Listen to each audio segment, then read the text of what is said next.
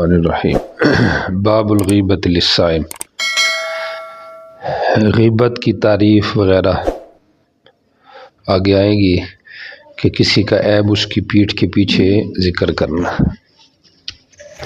اس کو غیبت کہتے ہیں۔ روزے دار کے لیے غیبت کا حکم، تو یہ غیبت کرنا اس کے لیے شوافے کے یہاں مکروہ تحریمی ہے، یعنی روزے دار کے لیے۔ اور امام احمد کہتے ہیں بلکہ غیبت جو ہے صائم کے لیے، تو ظاہر بات غیبت حرام ہے کسی کی کرنا، تو یہ ایک اتفاقی سے مسئلہ ہے کہ غیبت جو ہے وہ جائز نہیں ہے، چونکہ ویسے بھی جائز نہیں اور روزے دار کے لیے مزید اس کے اندر سختی ہے۔ باقی سے روزہ ٹوٹتا ہے کہ نہیں ٹوٹتا، تو بعض فقہاء کا قول ہے کہ اس سے روزہ ٹوٹ جاتا ہے، لیکن ائمہ اربعہ کا مذہب یہ ہے کہ اس سے روزہ نہیں ٹوٹتا۔ نبی پاک صلی اللہ علیہ وسلم نے فرمایا جو جھوٹی بات نہ چھوڑے اور اس پہ عمل کرنا نہ چھوڑے تو اللہ کو اس کے کھانے پینے کی کوئی ضرورت نہیں۔ مقصد یہ ہے کہ اس کا روزہ اللہ کے دربار میں قبول نہیں ہوگا۔ قبول نہ ہونے کا مطلب یہ ہے کہ اس کو موعود ثواب میسر نہیں ہوگا، باقی نفس جو اس کی ذمہ داری ہے وہ اس سے بری ہو جائے گا۔ اگلی روایت میں نبی علیہ السلام سے جب تم اس کو ایک روزے دار ہو تو فلا یرفس، وہ کوئی بےہودہ عمل نہ کرے، ولا یجہل، اور کوئی جہالت والا کام نہ کرے۔ سمجھ آ رہی ہے؟ یجہل کا معنی جہالت والا کام کرنا، یعنی کوئی ایسا عمل جو کہ جاہل لوگ کرتے ہیں، کسی کو گالی دینا، لعن طعن کرنا، برا بھلا کہنا، لڑائی کرنا، اس قسم کا کوئی کام نہ کرے۔ جہل کا معنی عمل جہالت، اس پر بھی اس کا اطلاق ہوتا ہے۔ سمجھ آ رہی؟ جیسے شاعر کہتا ہے الا لا یجہلن احد علینا فإنا نجہل فوق جہل الجاہلین، کہ ہم جاہلوں کی جو جہالت ہے ان والا کام ہم بھی کر سکتے ہیں یا کریں گے۔ فإن امرؤ، اگر کوئی آدمی اس سے لڑے یا گالی دے تو وہ کہ انی صائم، میں روزے سے ہوں، روزے سے ہوں۔ زبان سے کہے ایک قول کے مطابق، دوسری رائے یہ ہے کہ دل میں اپنے آپ سے کہے کہ تو نے لڑنا نہیں، تو روزے سے ہے۔ اور بعض نے کہا فرضی روزے میں زبان سے کہے اور نفلی میں دل میں اپنے آپ سے کہے تاکہ اس کو تسلی اور وہ لڑے نہیں۔ جی چلیں۔ باب السواك للصائم وبه قال حدثنا ابن السماء قال حدثنا جرير قال وحدثنا مسدد قال حدثنا يحيى عن سفيان عن عاصم بن عبد الله عن عبد الله بن عامر بن ربيعة عن النبي رضي الله عنه قال رأيت رسول الله صلى الله عليه وسلم يستاك وهو صائم زاد مسدد ما لا أعد ولا أحصي۔ مسواک کرنا روزے دار کے لیے، تو مقصود مصنف یہی ہے کہ یہ جائز ہے، اور چونکہ مسواک ویسے بھی مستحب ہے تو مستحب ہو جائے گا۔ جیسے غیر صائم کے لیے مسواک مستحب ہے تو مسواک والے کے لیے بھی، روزے والے کے لیے بھی مسواک مستحب ہے۔ باقی فقہ الحدیث میں اگر آپ آئیں تو اس کے اندر شوافی کہتے ہیں کہ قبل الزوال کر لے، بعد الزوال نہ کرے، اور مالکیہ کہتے ہیں کہ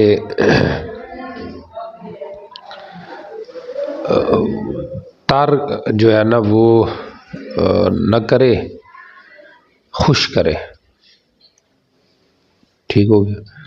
اور امام احمد نے دونوں کو جمع کر دیا ہے مذہبوں کو، قبل الزوال جو ہے نا وہ تر کرے، اور بعد الزوال اگر کرے تو خوش کرے۔ اور احناف کے ہاں اس میں کوئی فرق نہیں، تر ہو یا خوش کو جب بھی کرے کر لے۔ امام یوسف کی ایک روایت یہ ہے کہ وہ کہتے ہیں کہ پانی میں بھیگی ہوئی مبلول نہ کرے۔ سمجھ آ رہی؟ اور شوافی نے جو لیا ہے زوال کا فرق وہ اس لیے لیا ہے کیونکہ حدیث میں اللہ خلوف فم الصائم اطیب عند اللہ، کہ روزہ دار کے منہ اللہ کو پسند ہے بو، تو وہ کہتے ہیں کہ بعد زوال اگر کرے گا تو وہ بو چلی جائے گی۔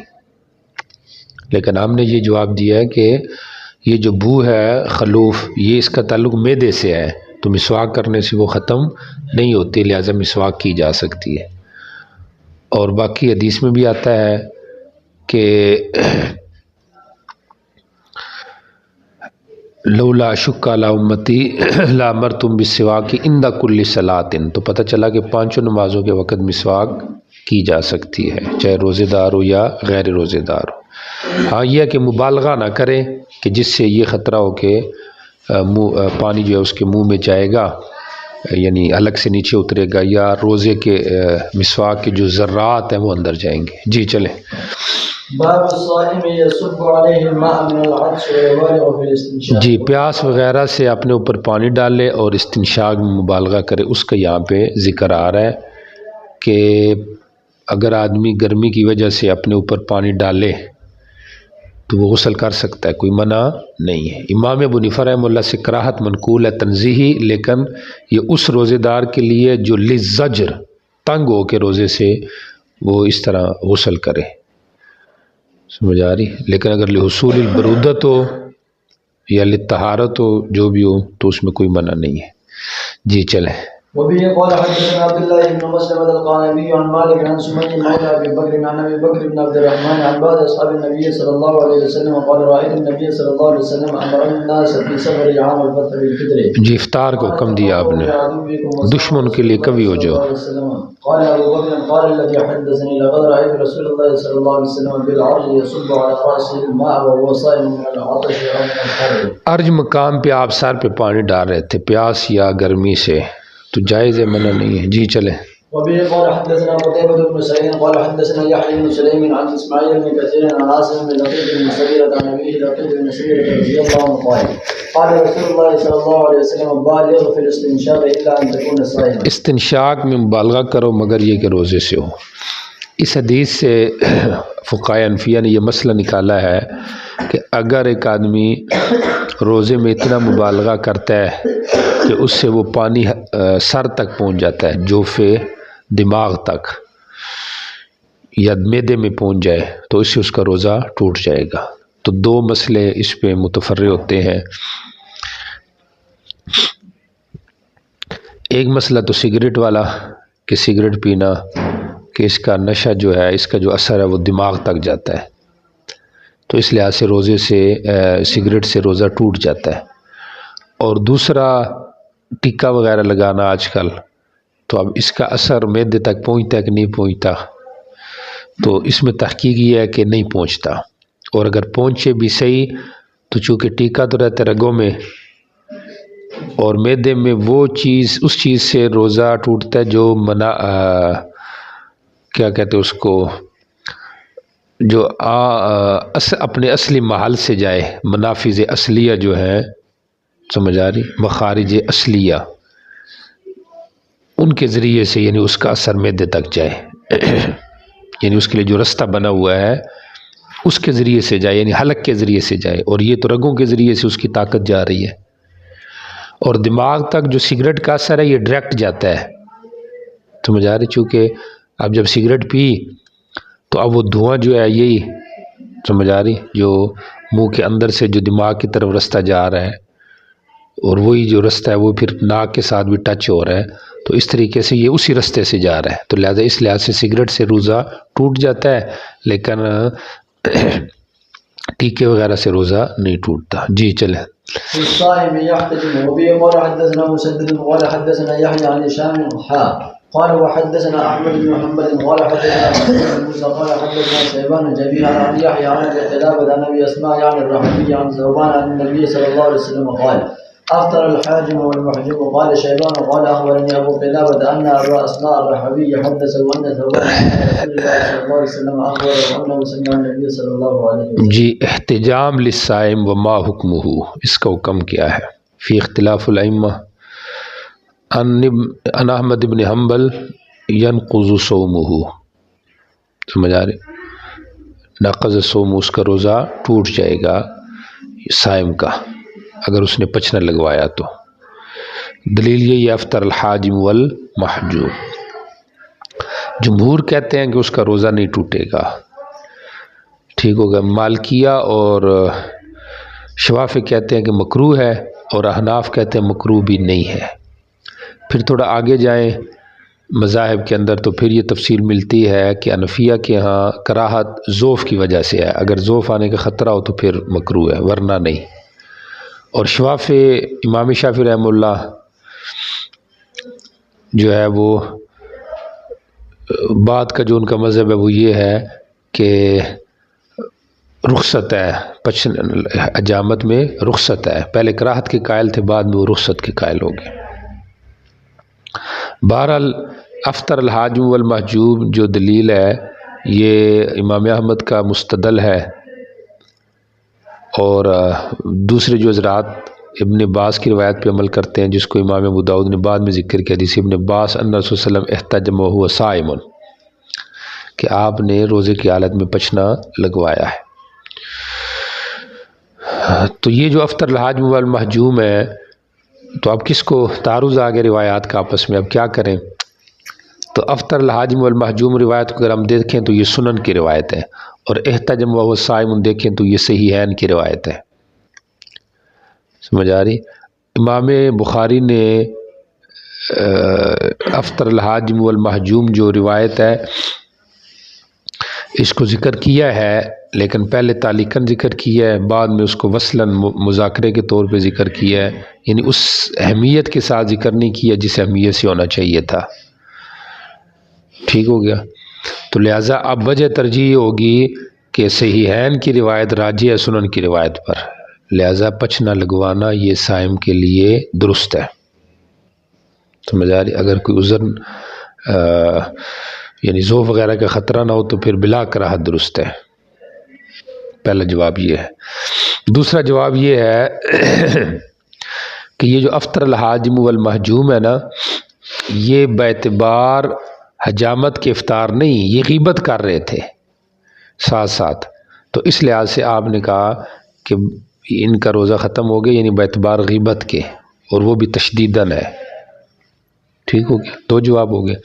تیسرا جواب یہ ہے کہ یہ واقعہ منسوخ ہے افطر الحاجم والمحجوم کا، چونکہ یہ سفر میں آپ نے کہا ہے، مکہ کی طرف جب آپ رمضان میں جا رہے تھے تو وہ سفر جو ہوا ہے آپ کا یا بدر کے موقع پہ ہوا ہے یا فتح مکہ کے موقع پہ ہوا ہے، تو فتح مکہ کے موقع پہ بھی ہو تو 8 ہجری کا ہے، اور آگے جو افطار احتجام صائم ہے، کیونکہ اس میں دو روایتیں ہیں، احتجم وهو صائم بھی ہے، احتجم وهو محرم بھی ہے، اور احتجم وهو صائم محرم بھی ہے، تو وہ جو روایت ہے وہ حجۃ الوداع کے موقع کی۔ سمجھ آ رہی؟ تو وہ بعد کا واقعہ، لہٰذا وہ اس کے لیے کیا بن جائے گا؟ ناسخ بن جائے گا۔ جی پہلی روایت دیکھیں، افطر الحاجم، حاجم اور محجوم کا روزہ کیا ہو گیا؟ افطار ہو گیا، یا اس کی ایک اور وہ بھی یعنی حکمن افطار ہو گیا۔ حکمن افطار کا مطلب یہ وہی جو کمزوری لائق ہوگی یا اب قریب ہے ٹوٹنے کے۔ سمجھ آ رہی؟ جی چلے، حقیقتاً افطار نہیں ہوا اس کا۔ جی چلے۔ قال حدثنا احمد بن محمد قال حدثنا حسن بن موسى قال حدثنا شيبان عن يحيى قال حدثنا ابو قلابة الجرمي انه اخبره ان شداد بن اوس رضي الله عنه بينما هو يجلس مع النبي صلى الله عليه وسلم قال حدثنا موسى قال حدثنا وهيب قال حدثنا ايوب عن ابي قلابة عن ابي الاشعث عن شداد بن اوس رضي الله عنه ان رسول الله صلى الله عليه وسلم اتى على رجل بالبقيع وهو يحتجم وهو اخذ بيده بالثمان، میرے ہاتھ کو آپ پکڑ رہے تھے۔ جی فقال افطر الحاجم والمحجوم، قال ابو داود رواه خالد بن الحذاء وعن ابي قلابة باسناد اجير مثله۔ ٹھیک ہو گیا۔ آپ میرے ہاتھ کو پکڑے ہوئے تھے اور اس آدمی کے پاس سے آپ گزرے جو پچھن لگوا رہا تھا، تو اس وقت موقع پہ آپ نے یہ بات فرمائی ہے۔ جی چلیں۔ قال حدثنا احمد بن حنبل قال حدثنا محمد بن بكر وعبد الرزاق قال وحدثنا عثمان بن ابي شيبه قال حدثنا اسماعيل يعني بن ابراهيم عن ابن جريج قال اخبرني مقتول ان شيخا من الحي قال عثمان في حديثه مصدق اخبره ان ثوبان مولى النبي صلى الله عليه وسلم اخبره ان النبي صلى الله عليه وسلم قال افطر الحاجم والمحجوم۔ ٹھیک ہو گیا۔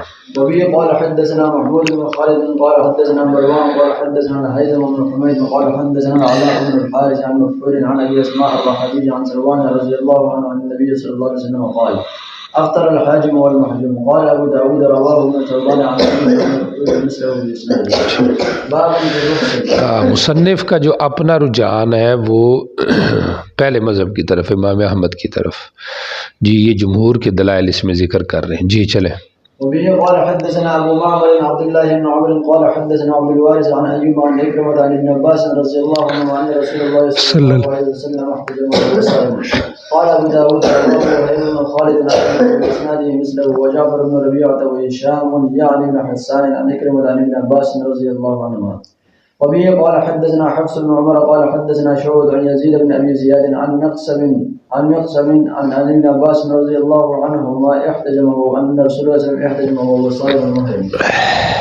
وبه قال حدثنا أحمد بن حنبل قال حدثنا عبد الرحمن بن مهدي عن سفيان عن عبد الرحمن بن عابس عن عبد الرحمن بن أبي ليلى قال حدثني رجل من أصحاب النبي صلى الله عليه وسلم أن رسول الله صلى الله عليه وسلم نهى عن الحجامة والمواصلة ولم يحرمهما إبقاء على أصحابه. قيل له يا رسول الله إنك تواصل إلى السحر فقال إني أواصل إلى السحر ورد جزء منه ويسقني. حجامہ اور مواصلت سے منع کیا، حرام نہیں کیا، منع کیوں کیا؟ ابقاء علی اصحابہ، اپنے صاحب کے لیے شفقت کے طور پر.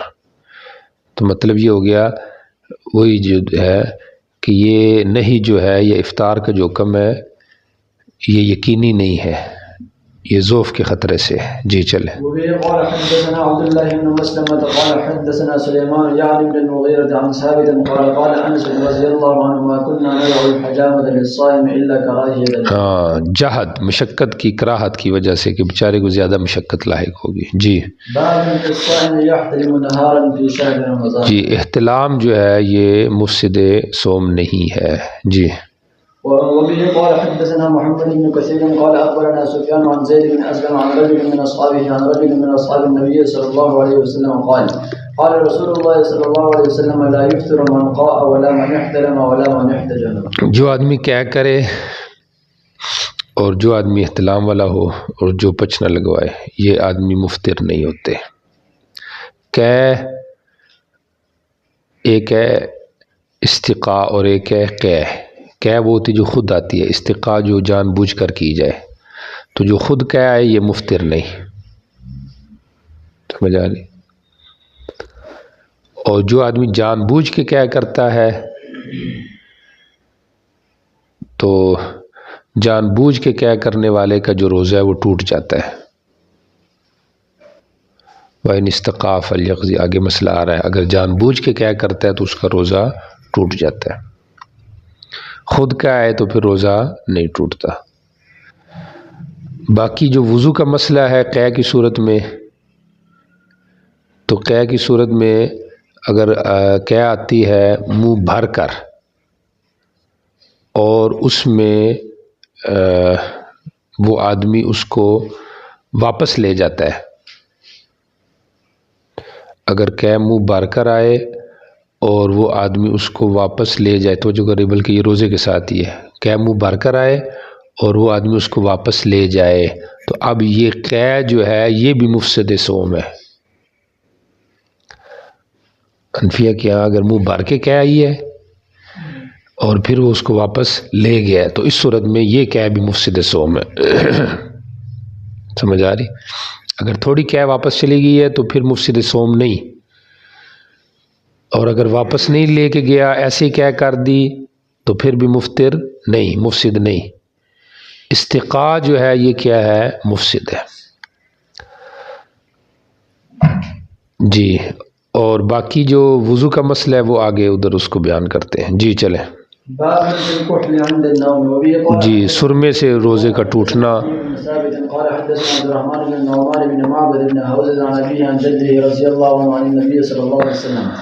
أنه أمر بالإثم بالمروح عند النوم وقال ليتقه الصائم. قال أبو داود قال للجحر بن معين هو منكر بن عن حديث الكحل.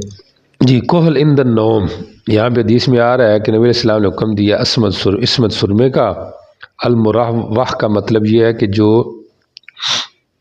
خوشبو والا سرما ہو، مشک کہ اس کے اندر اثرات ہوں سونے کے وقت، اور آپ نے فرمایا روزے دار اس سے بچے.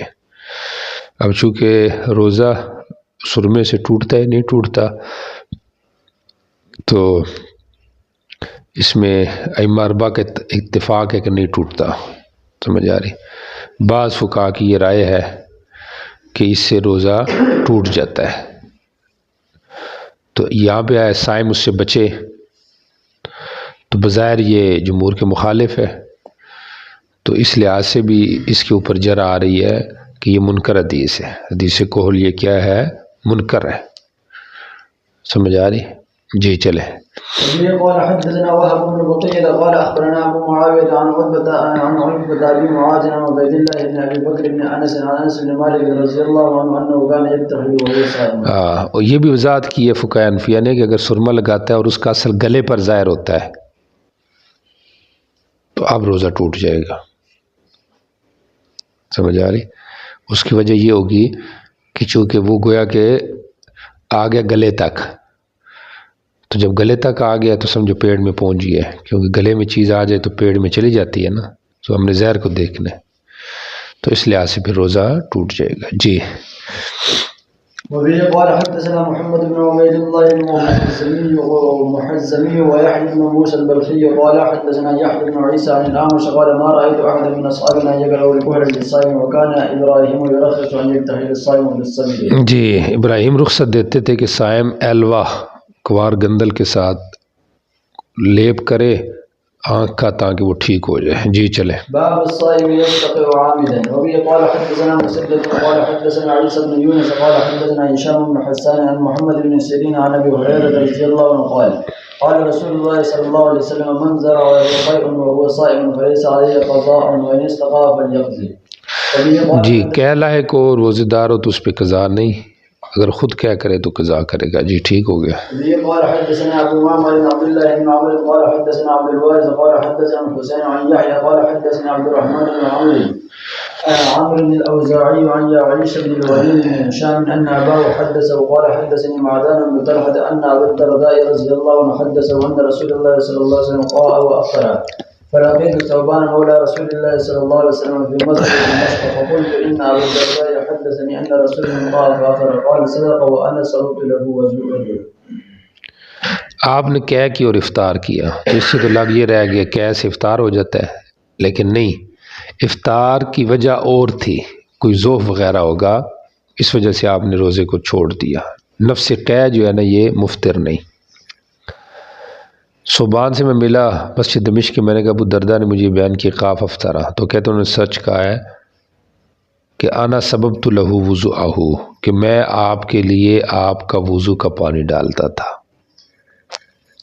ٹھیک ہو گیا. تو مطلب کیا ہوا کہ آپ نے پھر وضو بھی کیا، تو اس سے کیا ہوا، احناف اور حنابلہ کا مذہب ثابت ہو گیا کہ قے ناقض وضو ہے. تو جو کرے یہ خلط ہو جاتا ہے بعض اوقات، قے مفسد صوم نہیں لیکن مفسد وضو ہے، چونکہ نجاست باہر نکلی ہے، تو لہذا روزہ وضو ٹوٹ جائے گا، اور یہ دلیل ہے کہ آپ نے وضو کیا ہے. شفافی کہتے ہیں کہ یہاں پہ وضو سے مراد یعنی وضو سے مراد وضو لغوی ہے، کلی وغیرہ کرنا ہے.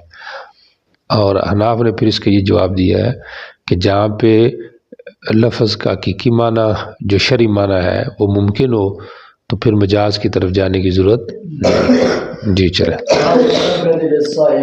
قال حدثنا مسدد قال حدثنا ابو معاوية عن الأعمش عن ابراهيم عن الاسود وعلقمة عن عائشة رضي الله عنها قال كان رسول الله صلى الله عليه وسلم وهو صائم ويباشر وهو صائم ولكنه كان املك لأرضه. نبی علیہ السلام بوسہ دیتے بیویوں کو روزے سے، مباشرت کرتے، مباشرت مسل کیا کہتے ہیں اس کو، جلد بالجلد کو کہتے ہیں، جلد کو جلد کے ساتھ ملانا. تو یہ پہلے سے عام ہو گیا روزے سے. لیکن کون زیادہ مالک تھا، لِأَرْبِهِ یا لِإِرْبِهِ، اپنی حاجت میں نبی علیہ السلام سے زیادہ کون زیادہ کنٹرول کرنے والا تھا اپنی حاجت کو. سمجھ آ رہی؟ یعنی جو حاجت جو تھی نبی علیہ السلام کو اپنے حاجت پہ کنٹرول تھا، وہ دوسروں کو نہیں تھا. بات سمجھ آ رہی؟ عرب کہتے ہیں عضو مخصوص کو، اور ارب کہتے ہیں مطلق حاجت کو.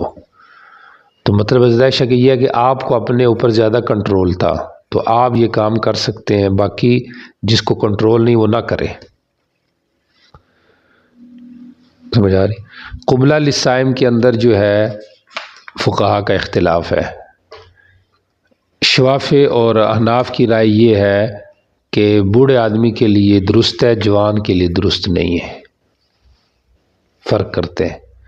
فرق کی دلیل یہ بھی ہے، آگے بھی ایک روایت آ رہی ہے کراہیتہ للشعب، اور امام مالک کے ہاں جو ہے یہ دونوں کے لیے اس کے اندر کیا ہے، کراہت ہے، چاہے جوان ہے یا بوڑھا ہے وہ اس کو عام لیتے ہیں۔ بات سمجھ آ رہی؟ جی چلیں۔ اب یہ جو احناف ہے وہ یہی کہیں گے، شوافے، کہ مطلب نہیں کرنا چاہیے، جس کو کنٹرول نہیں تو اس کو نہیں کرنا چاہیے، جس کو کنٹرول ہے تو وہ کر لے۔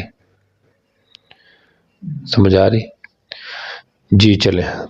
وبه قال حدثنا أبو توبة الربيع بن نافع قال حدثنا أبو الأحوص عن زياد بن علاقة عن عمرو بن ميمون عن عائشة رضي الله عنها قالت كان النبي صلى الله عليه وسلم يقبل في شهر الصوم. وبه قال حدثنا محمد بن كثير قال أخبرنا سفيان عن سعد بن إبراهيم عن طلحة بن عبد الله يعني بن عثمان القرشي عن عائشة رضي الله عنها قالت كان رسول الله صلى الله عليه وسلم يقبلني وهو صائم وأنا صائمة.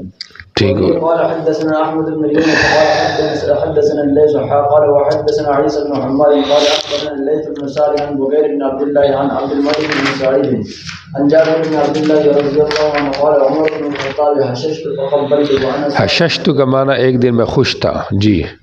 پھر میں نبی علیہ السلام کے ساتھ میں نے کہا جی میں نے تو آج غلط کام کر لیا، قبلت وانا صائم، جی۔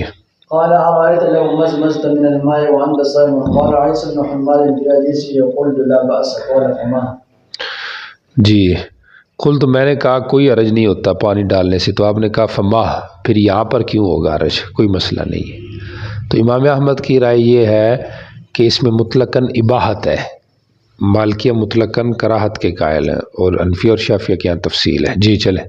باب الصائم يبلغ الريقة يبلع الريقة. وبه قال حدثنا محمد بن عيسى قال حدثنا محمد بن دينار قال حدثنا سعد بن أوس العبدي عن مصبع عن أبي يحيى عن عائشة رضي الله عنها أن النبي صلى الله عليه وسلم كان يقبلها وهو صائم ويمص لسانها. ترجمہ دیکھیے، حضرت عائشہ رضی اللہ تعالیٰ عنہ سے روایت، نبی صلی اللہ علیہ وسلم کو بوسہ دیتے روزے کی حالت میں اور ان کی زبان بھی چوستے۔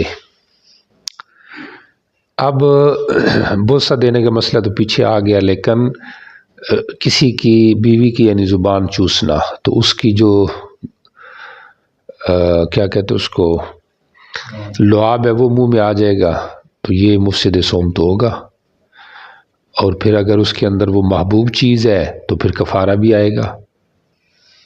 سمجھ آئے؟ تو یہاں پہ یہ ہے کہ آپ یہ مس لسانہا، تو اس کا جواب یہ دیا گیا ہے کہ اس کا عطف پیچھے نہیں ہے، یہ الگ سے ایک فائدے والی بات ہے۔ سمجھ آ رہی کہ روزے کے علاوہ یہ مس لسانہا ہے۔ سمجھ آ رہی وہو صائم ویا مس لسانہا، اور یا اس کو معمول کیا گیا ہے ریق خفیف پر، جس کو نگلنے کی نوبت نہ آئے۔ سمجھ آ رہی کہ نہیں آ رہی؟ جی چلیں۔ باب كراهيته للشاب. وبه قال حدثنا نصر بن علي قال حدثنا ابو احمد يعني الزبيري قال اخبرنا اسرائيل عن ابي العنبس عن الاغر عن ابي هريره رضي الله عنه ان رجلا سال النبي صلى الله عليه وسلم عن المباشره للصائم فرخص له واتاه اخر فنهاه فاذا الذي رخص له شيخ والذي نهاه شاب. ایک آدمی نبی علیہ السلام سے پوچھا مباشرت للصائم کے بارے میں، آپ نے رخصت دی، اور دوسرا ہے آپ نے منع کر دیا، تو جس کو رخصت دی وہ شیخ تھا، جس کو منع کی یہ بوڑھا ہے۔ تو پتہ چلا کہ مخاطبین کے اعتبار سے حکم میں تغیر ہو سکتا ہے، جس طرح یہاں پہ نبی علیہ السلام نے کیا ہے۔ تو یہ دلیل حنفیہ اور شوافیہ کی ہے۔ پیچھے قبلہ للصائم کی جو دلیل تھی یہ حنابلہ کی تھی۔